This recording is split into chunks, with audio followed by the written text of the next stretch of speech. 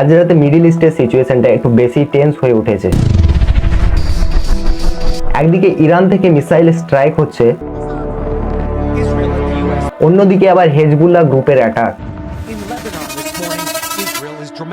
আর তার সাথে সাথে ইয়েমেনের যে হুয়াতি রেবেলস গুলো আছে তারাও এখন ইসরায়েলের বিরুদ্ধে যুদ্ধ ঘোষণা করে দিয়েছে। মানে এখন সহজ, ইসরায়েল এখন মাল্টি ফ্রন্ট চাপের মধ্যে পড়েছে। অনেক অ্যানালিস্ট বলছে এই যে ওয়ারটা আছে আর ধীরে ধীরে রিলিজের ওয়ার, অর্থাৎ বড় আকারের যুদ্ধে পরিণত হতে পারে। প্রথমে কথা বলি লেবাননের বর্ডারের সিচুয়েশন নিয়ে। রিপোর্ট অনুযায়ী ইসরায়েলি আর্মি, ইসরায়েলি ডিফেন্স বা আইডিএফ তারা একটা গ্রাউন্ড অপারেশন শুরু করেছে লেবাননের বর্ডার সীমান্তে। গ্রাউন্ড অপারেশন মানে হলো শুধু এয়ার স্ট্রাইক না, বরং আর্মি সরাসরি সীমান্ত পার করে এনিমি টেরিটরিতে ঢুকে। মানে সহজ আর্মিরা সরাসরি সীমান্ত পার করে শত্রুদের সীমান্তে ঢুকে। আর যখন ইসরায়েলি আর্মি লেবাননের সীমান্তে ঢোকার চেষ্টা করে তখনই হেজবুল্লাহ ফাইটার গ্রাউন্ডে নেমে সরাসরি ফাইট শুরু করে তাদের সাথে। হেজবুল্লাহ আসলে লেবাননের একটি পাওয়ারফুল আর্ম গ্রুপ। তাদের কাছে আছে rocket missile, anti tank weapon. Report অনুযায়ী হেজবুল্লাহ আর্মি এটা দাবি করেছে তারা প্রায় 15টি ইসরায়েলি ট্যাঙ্ক ডিস্ট্রয় করেছে। এই ট্যাঙ্কগুলোর মধ্যে অনেকগুলো ট্যাঙ্ক ছিল মারখাবা ব্যাটেল ট্যাঙ্ক। আর মারখাবা হলো ইসরায়েলের সবচেয়ে পাওয়ারফুল মেন ব্যাটেল ট্যাঙ্কগুলোর মধ্যে অন্যতম। আর এই যুদ্ধের প্রভাবটা শুধু আর্মির উপরে পড়ে না, সাধারণ মানুষের উপরে পড়ছে। রিপোর্ট অনুযায়ী ইসরায়েলি এয়ার স্ট্রাইকের কারণে লেবাননে প্রায় 80,000-এরও বেশি মানুষ বাড়ি ছেড়ে পালাতে বাধ্য হয়েছে। মানে তারা এখন ডিসপ্লেসড পিপল হয়ে গেছে। এছাড়া রিপোর্ট অনুযায়ী 77 জনেরও বেশি নিহত হয়েছে। অন্যদিকে ইসরায়েলও পাল্টা কাউন্টার অ্যাটাক করার চেষ্টা করছে।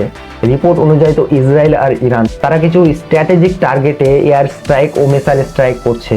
স্ট্র্যাটেজিক টার্গেট বলতে military base, missile storage, radar system ও কমান্ড সেন্টার, এই ধরনের গুরুত্বপূর্ণ জায়গাগুলোকে মেনলি টার্গেট করার চেষ্টা করা হচ্ছে। আর এর জবাবে ইরান ইসরায়েলের দিকে ব্যালিস্টিক মিসাইল অ্যাটাক আবার চালিয়েছে বলে দাবি করা হচ্ছে। আর এই ব্যালিস্টিক মিসাইলগুলো বেশি লং রেঞ্জে তুলনা করা যায় যদি আগেরগুলোর থেকে। এই ধরনের মিসাইল বেশি উঁচু দিয়ে যায় এবং হাই স্পিডে টার্গেটকে হিট করে। ইসরায়েলের কাছে এখন আয়রন ডোম ও অ্যারো এয়ার সিস্টেম ডিফেন্স আছে। আর কিছু রিপোর্ট অনুযায়ী এই যে মিসাইলগুলো লঞ্চ করা হয়েছে এইগুলো এই এয়ার ডিফেন্সগুলোকে ভেদ করে তাদের টার্গেটে হিট করছে। এদিকে ইয়েমেনের হুয়াতি রেবেলসও এই কনফ্লিক্টে ঢুকে পড়েছে। হুয়াতিজরা হলো পাওয়ারফুল একটা ইয়েমেনের আর্ম গ্রুপ। আর পশ্চিম দেশগুলো সবসময় দাবি করে যে ইরান এই আর্ম গ্রুপগুলোর সাপোর্ট পায়। আর হুয়াতি রেবেলসরা এটা ঘোষণা করেছে যে তারা ইসরায়েলের গুরুত্বপূর্ণ ইনফ্রাস্ট্রাকচার ও এয়ারপোর্টগুলোকে টার্গেট করতে পারে।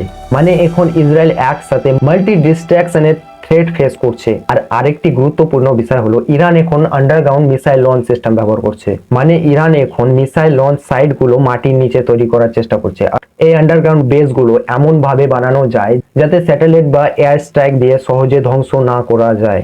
ইরানের ইসলামিক রেভলিউশনারি গার্ড কর্পস একটা ভিডিও প্রকাশ করে যেখানে দেখা যাচ্ছে যে টানেলের ভেতর থেকে ইরান মিসাইল লঞ্চ করছে।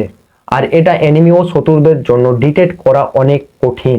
তো এখন আসি আরেকটা গুরুত্বপূর্ণ বিষয়ে।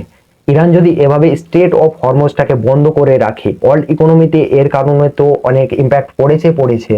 এর পরেও স্পেশালি কিছুটা দেশের মধ্যে তেলের যে ক্রাইসিসটা হবে অনেক বেড়ে যাবে। তার মধ্যে ভারতও এক্সিস্ট করে। সব মিলিয়ে মিডল ইস্ট এখন খুব সিরিয়াস একটা জিও পলিটিক্যাল ক্রাইসিসের মধ্যে আছে। এখন বড় প্রশ্ন হলো এই যুদ্ধ কি এখানে থামবে নাকি এটা ধীরে ধীরে ফুল লার্জ স্কেল রিলিজিয়াস ওয়ারে পরিণত হবে?